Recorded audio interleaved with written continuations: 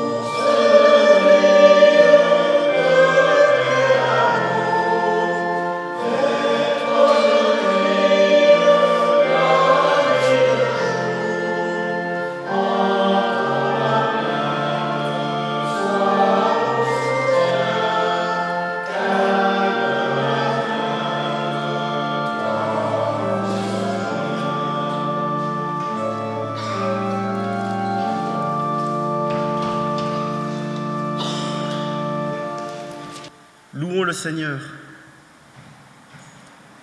Je te cherche de tout mon cœur. Ne me laisse pas égarer loin de tes commandements.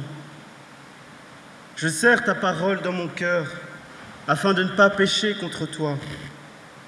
Béni sois-tu, ô Éternel, enseigne-moi tes statuts. De mes lèvres, j'énumère toutes les sentences de ta bouche.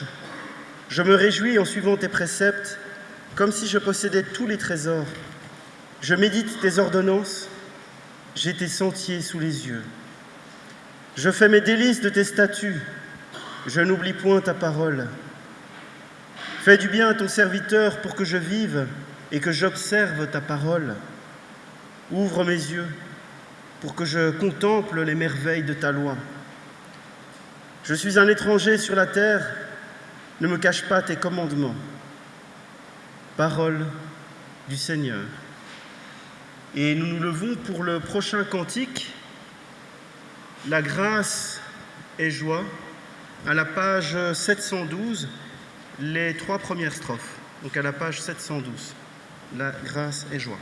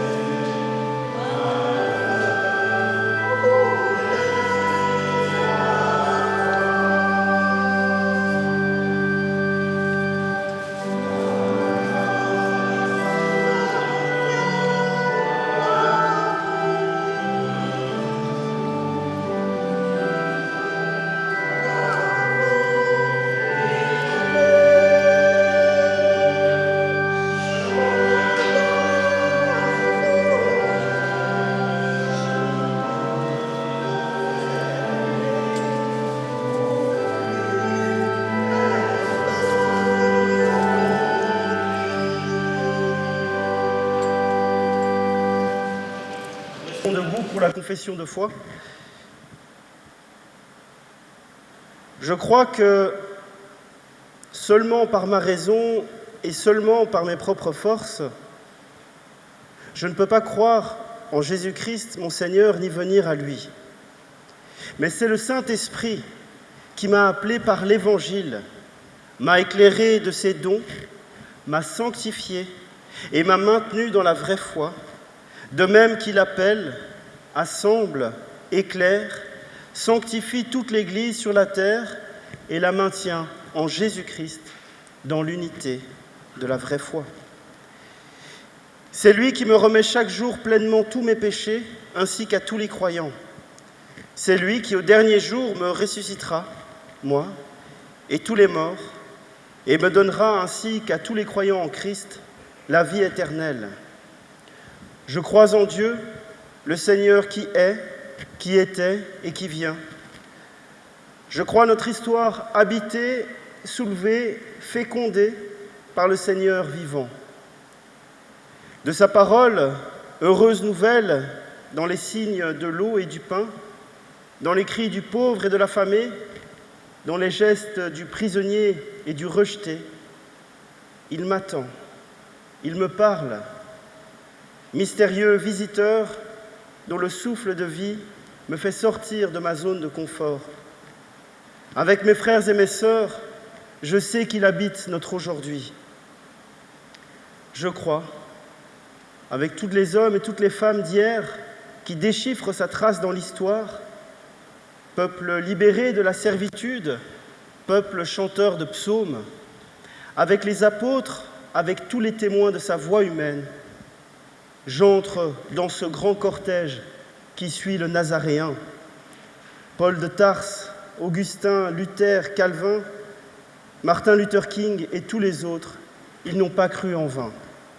Je crois dans le bruissement du monde, entendre les coups qu'il frappe à la porte, discerner les pas silencieux de celui qui vient. C'est pourquoi, au chevet des malades et des agonisants, je prie. Avec tous les opprimés et les torturés, je crie. Avec tous les passionnés, je cherche. Avec les lutteurs, je milite. Car il vient celui-là qui rompt tous les destins, celui qui ouvre les chemins, celui qui désarme toutes les résignations, celui qui suscite les responsabilités. J'attends le vivant, dont la résurrection a pour nom espérance. Je crois au Seigneur, celui d'aujourd'hui, d'hier et de demain. Amen. Et nous chantons ensemble le cantique 1207 à la page 178, « Tournez les yeux vers le Seigneur ».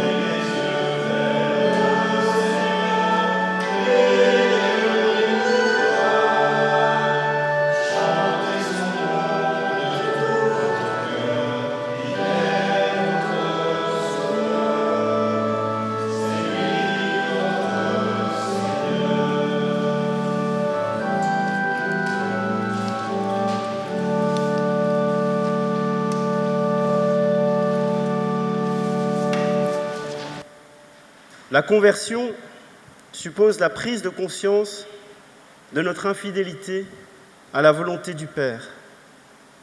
Tout homme est capable de cet examen de conscience. Tout homme sait bien que tuer, voler, tromper n'est pas digne de l'homme. Cette perception plus ou moins nette du bien et du mal indique que le péché ne nous a pas rendus totalement incapables de connaître et de vouloir ce que Dieu veut pour notre bonheur. Mais c'est au cœur d'une expérience religieuse intense que ces principes généraux vont se préciser. Au terme de 40 jours de retraite sur le mont Sinaï, Moïse reçoit les commandements de Dieu comme règle de vie pour Israël, afin qu'il soit heureux à jamais. Ces 10 commandements tracent le cadre de toute vie commune de l'homme et de Dieu, permettant à chacun de mesurer sa fidélité et son infidélité à cette alliance, permettant à chacun un examen de conscience. Comme Moïse sur la montagne, Prenons donc un temps de recueillement suffisant pour prendre conscience de cette présence de Dieu et aussi de nos infidélités à sa volonté. Et notre examen de conscience aura pour point de départ 10 paroles de Dieu. Tu adoreras Dieu seul et tu l'aimeras plus que tout. Tu ne t'agenouilleras pas devant des idoles. Tu ne prononceras le nom de Dieu qu'avec respect. Tu sanctifieras le jour du Seigneur. Tu honoreras ton père et ta mère. Tu ne tueras pas. Tu ne commettras pas d'adultère. Tu ne voleras pas. Tu ne produiras pas de faux témoignages.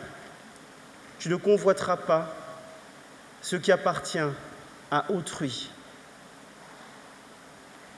Bien que la société ait beaucoup changé depuis l'époque où ces 10 paroles ont été établies, les principes moraux et spirituels qu'ils promeuvent demeurent. Elles demeurent encore valables aujourd'hui. Alors prions pour demander son aide au Seigneur. Seigneur, regarde notre pays, notre ville. Les anciens n'y sont pas honorés. On y meurt de solitude, dans l'anonymat, dans l'indifférence. L'adultère est considéré comme une libération. La parole donnée n'a pas plus de poids qu'un courant d'air. La convoitise de ce qui appartient à notre prochain est la base même de tout notre système économique. Pardonne, Seigneur. Pardonne notre pays, pardonne notre ville et pardonne toutes nos complicités dans l'oubli de tes commandements. Si nous sommes complices, nous devons le confesser, c'est que nous ne vivons pas la libération que tu nous as offerte. Nous avons tendance à courir après d'autres dieux que toi. Nous nous prosternons devant les idoles de notre monde, les idoles de l'argent, de la séduction et du pouvoir. Nous invoquons ton nom dans nos prières pour satisfaire nos propres envies. Et nous ne savons plus nous arrêter pour prendre le temps du repos, le temps de la louange gratuite, de la prière qui construit, de l'intercession qui soutient. Pardonne-nous et apprends-nous à retrouver dans l'écoute de tes commandements le chemin de la liberté. Amen. Aujourd'hui, Dieu fait miséricorde. Sa bonté n'est pas épuisée. Sa bienveillance est là. La grâce et l'amour de Dieu sont pour nous comme une nouvelle naissance, qu'il nous donne de renaître à la foi, qu'il inspire nos pensées, nos paroles et nos pas. Et nous nous levons pour chanter ensemble, à la page 870, le cantique 53-09, Souffle, souffle de Dieu.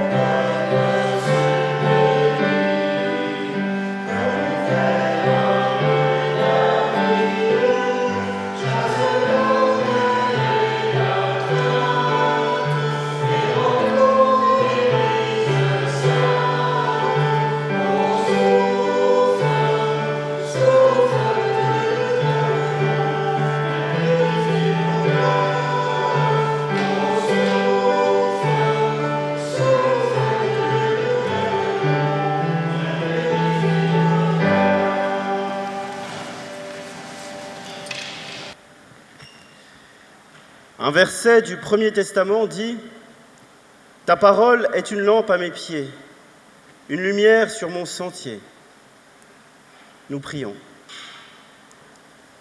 Seigneur, ta parole est une lampe, et pourtant nous sommes trop souvent aveuglés.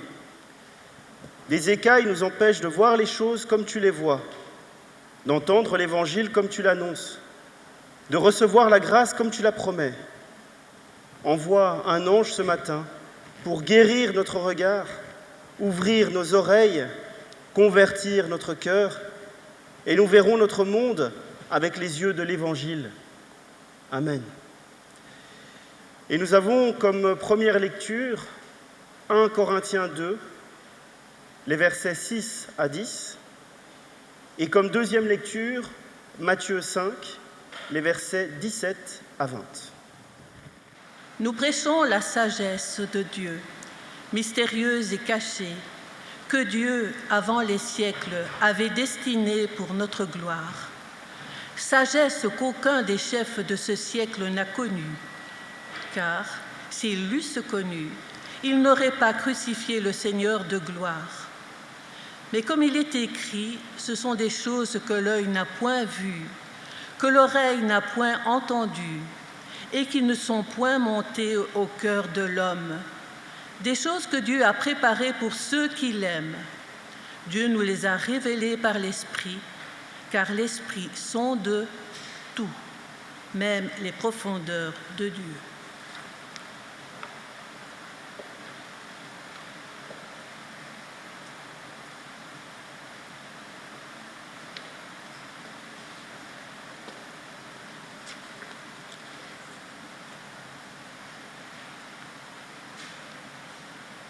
Dans l'évangile de Matthieu, les versets 17 à 20. Ne croyez pas que je sois venu pour abolir la loi ou les prophètes. Je suis venu non pour abolir, mais pour accomplir. Car je vous le dis en vérité, tant que le ciel et la terre ne passeront point, il ne disparaîtra pas de la loi un seul iota ou un seul trait de lettre, jusqu'à ce que tout soit arrivé. Celui donc qui supprimera l'un de ces plus petits commandements et qui enseignera aux hommes à faire de même sera appelé le plus petit dans le royaume des cieux. Mais celui qui les observera et qui enseignera à les observer, celui-là sera appelé grand dans le royaume des cieux. Car, je vous le dis, si votre justice ne surpasse pas celle des scribes et des pharisiens, vous n'entrerez point dans le royaume des cieux. Les versets du Nouveau Testament que nous avons lus posent un certain nombre de questions de fond. Que faut-il conserver du passé? Que faut-il conserver des coutumes juives? Que faut-il changer au contraire? Ces questions sont légitimes car Jésus a eu de nombreux débats avec les pharisiens sur la question de la loi.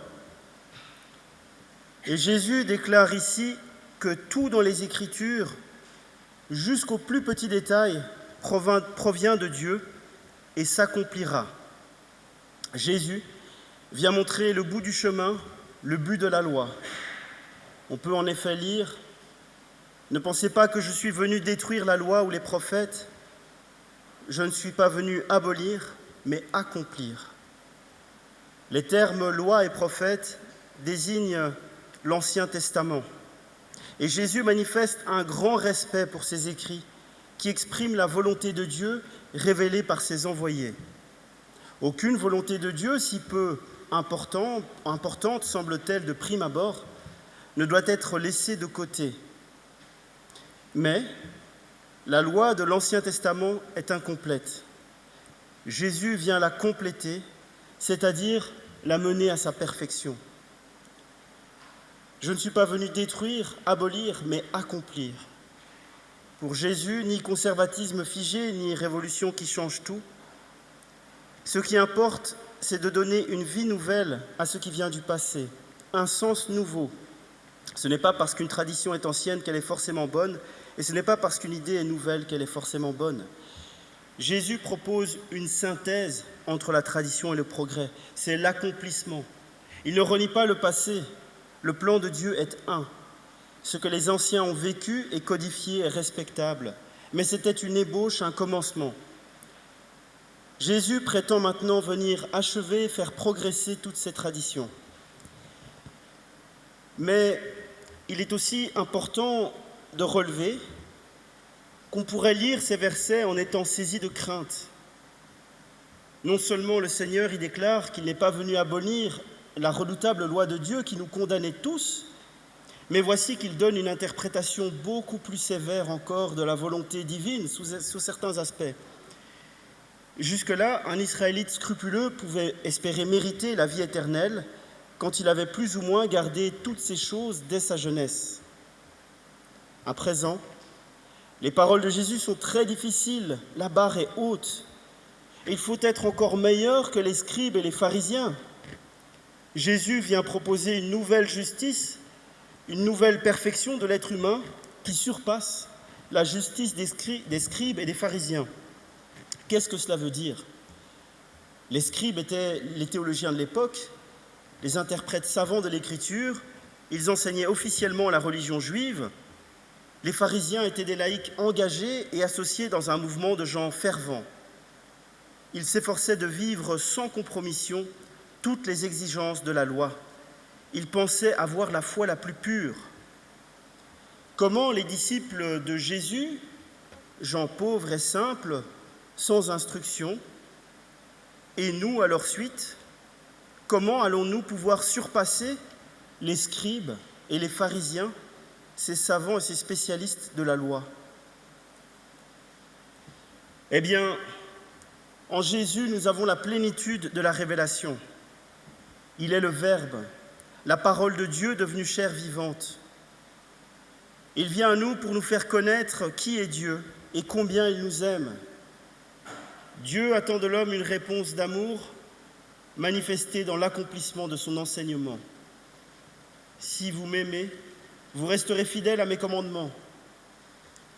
Et le plus grand des commandements, celui qui donne sens à tous les autres, c'est un commandement d'amour. Tu aimeras le Seigneur ton Dieu de tout ton cœur, de toute ton âme et de toute ta pensée. C'est le premier et le plus grand commandement.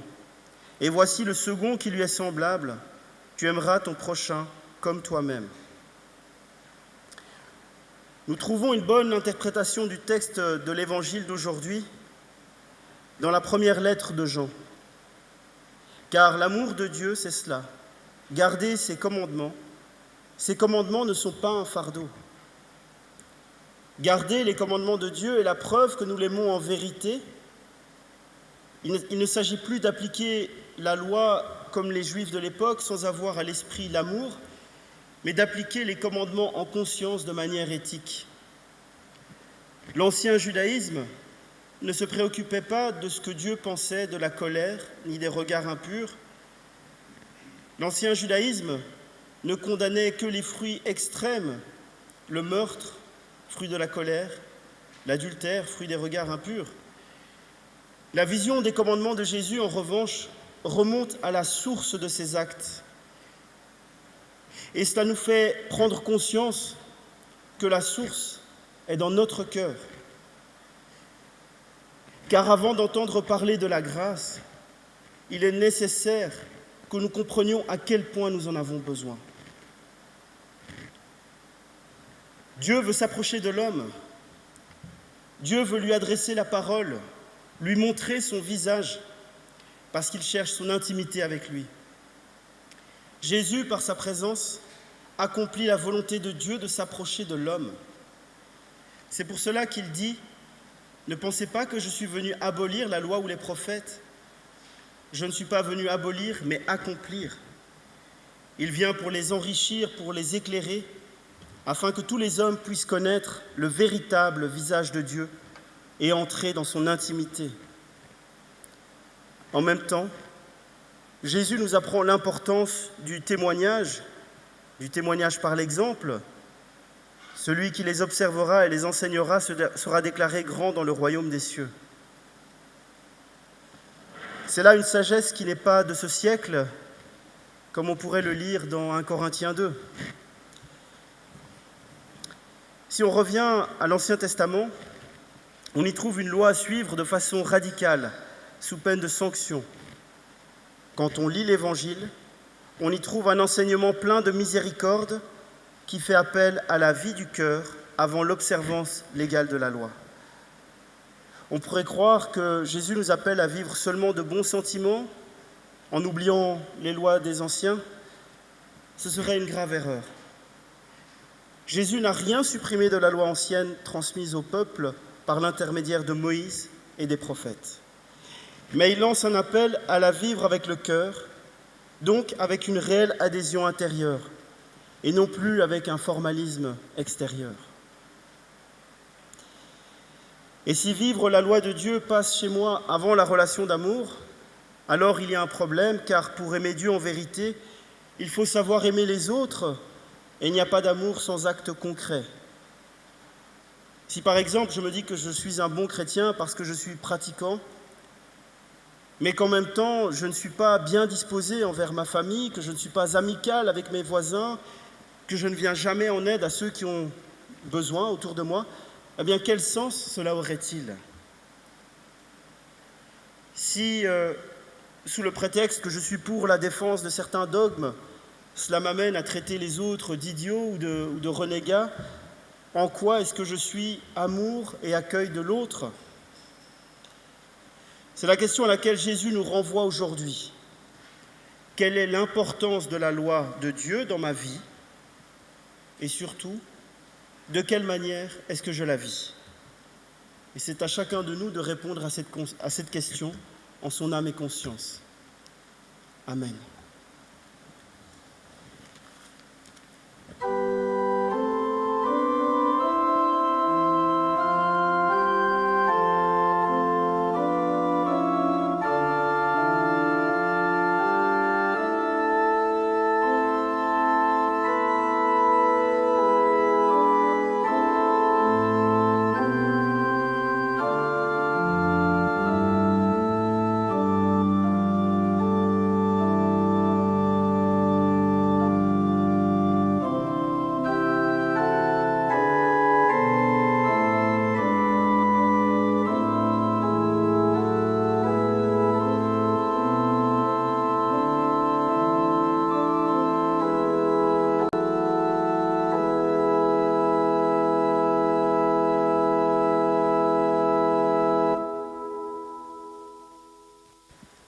Vient le moment de la prière d'offrande.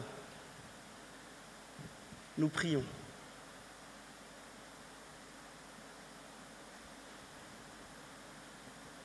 Grâce te soit rendue, Seigneur notre Dieu, pour tous les dons que jour après jour ta bonté nous accorde. Seigneur, nous t'apportons cette offrande comme un signe de notre amour. Tu es béni pour les siècles des siècles. Amen. Pour rappel, il y a des troncs à l'entrée, il est possible de laisser une offrande avant ou après le culte. Nous nous levons pour chanter ensemble. Oui. Le cantique 12-13, je chanterai le nom du Seigneur. Page 188.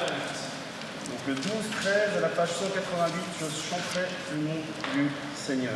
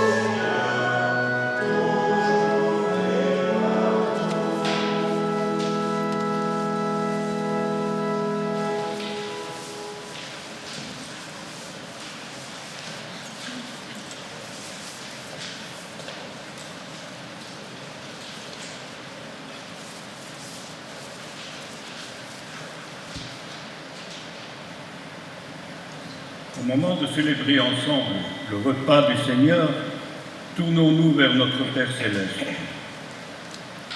Vraiment, il est juste et bon de te rendre grâce, Père éternel, par Jésus le Christ, ton Fils bien-aimé. Il est ta parole vivante. Par lui, tu as créé toutes choses. Tu l'as envoyé comme sauveur pour accomplir ta volonté et rassembler un peuple qui t'appartienne. Détruisant sa mort, la mort, il a fait triompher la vie. C'est pourquoi nous nous inclinons devant toi et élevons nos voix en chantant le cantique de la page 983, de 62-42 debout.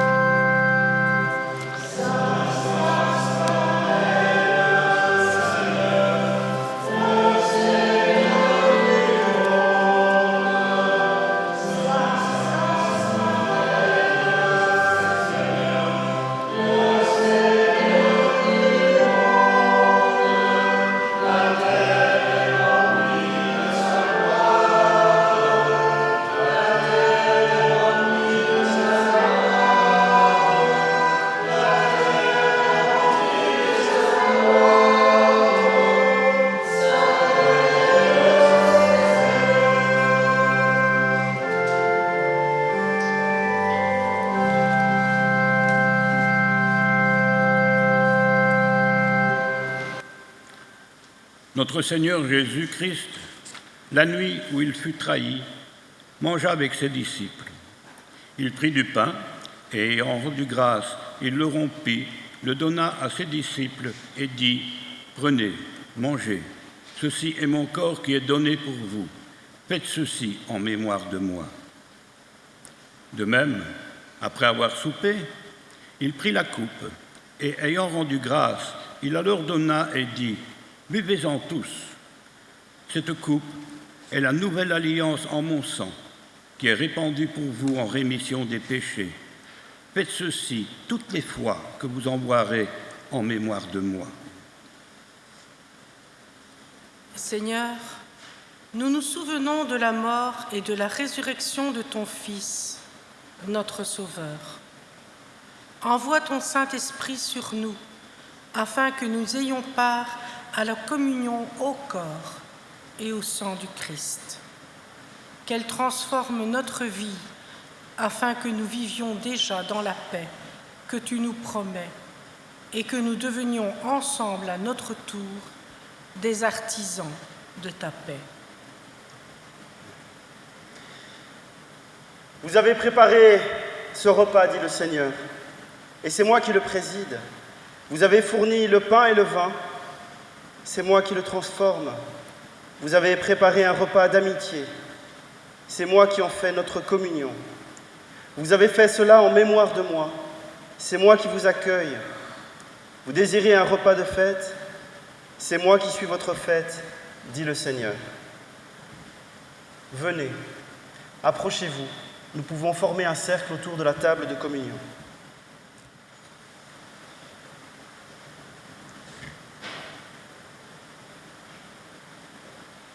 Le pain que nous rompons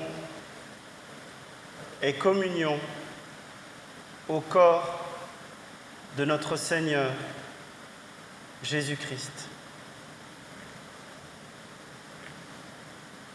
La coupe de bénédiction pour laquelle nous rendons grâce est communion au sang de notre Seigneur Jésus-Christ, sang de la nouvelle alliance.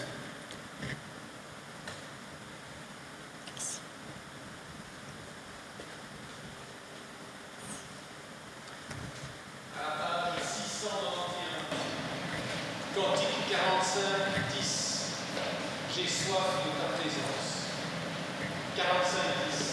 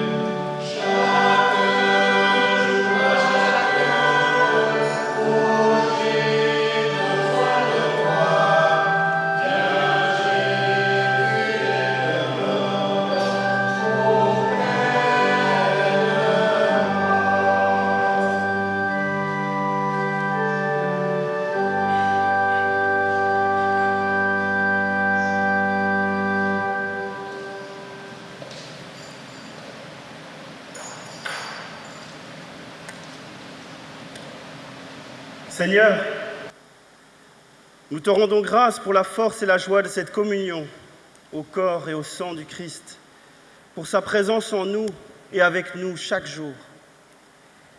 Dieu Tout-Puissant, reçois la prière que nous t'adressons au nom du Christ.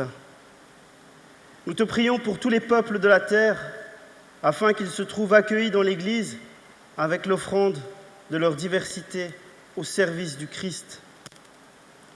Pour celles et ceux qui gouvernent les nations, nous prions afin qu'ils ne mettent pas d'entrave à l'Évangile, mais reconnaissent dans le Christ celui qui rassemble les peuples dans la paix. Nous te prions pour l'Église à travers le monde, afin qu'elle marche sans faille à la lumière du Christ. Nous te prions pour celles et ceux qui ne voient pas de sens à leur vie, afin qu'ils découvrent dans la foi au Christ la vocation qu'il leur adresse. Et dans le silence, nous te confions ceux qui nous tiennent particulièrement à cœur.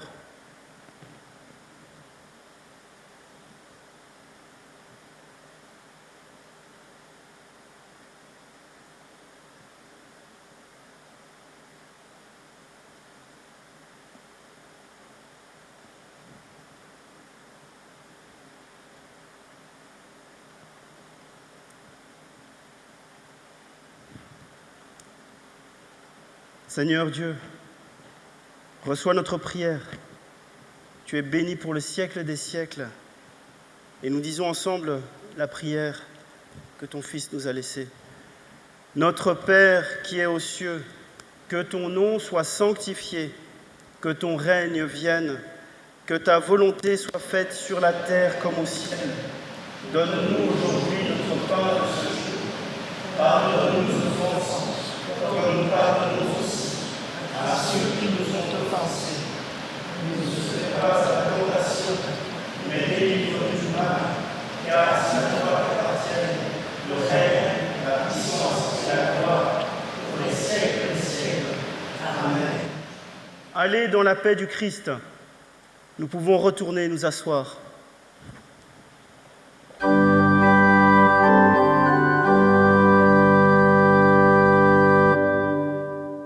Un problème technique.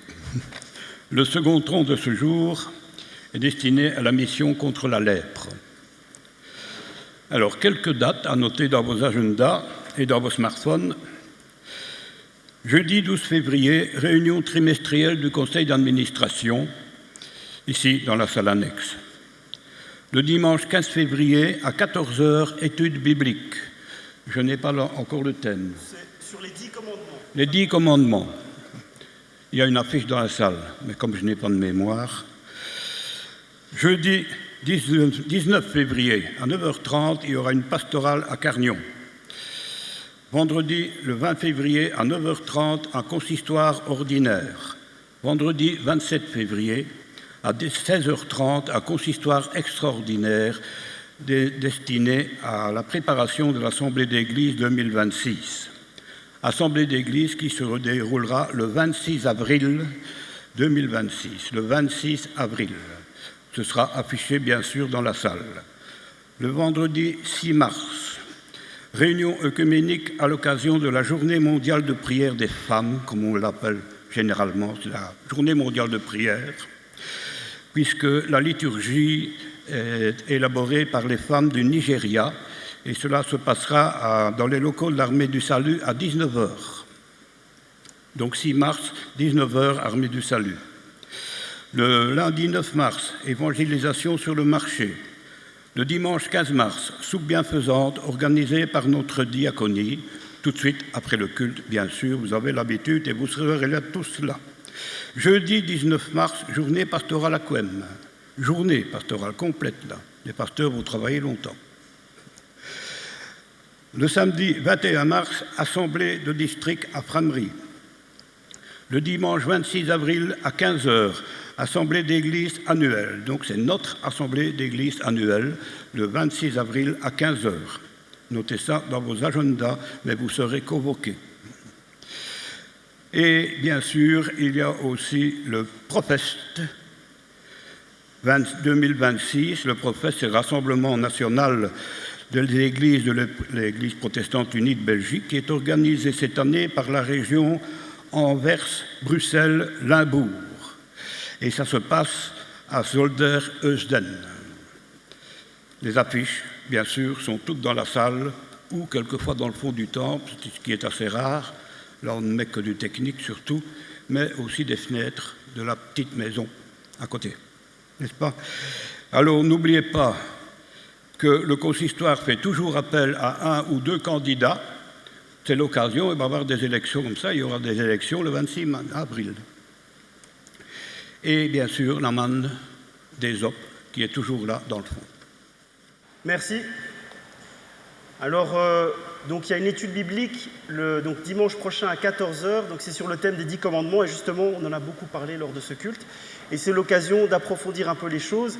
Les 10 commandements, ça parle de la relation à Dieu, ça parle de la relation aux autres, et en approfondissant un petit peu ces 10 paroles qui nous sont données, eh bien, c'est l'occasion peut-être de revoir certains fondamentaux et peut-être de les approfondir et de découvrir encore des choses importantes pour la relation à Dieu, pour la relation à l'autre.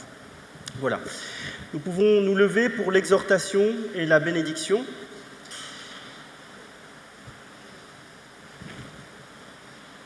Frères et sœurs bien-aimés, que la parole d'amour du Seigneur soit une lampe à vos pieds et une lumière sur votre sentier. Que cette lumière rayonne en vous et par vous sur ce monde que le Seigneur a tant aimé. Que la tendresse du Seigneur vous recouvre et que sa force vous relève. Allez dans sa paix et dans sa joie. Père, Fils et Saint-Esprit. Amen. Et nous chantons ensemble à la page 858 le cantique 52-17, Libre de nos chaînes.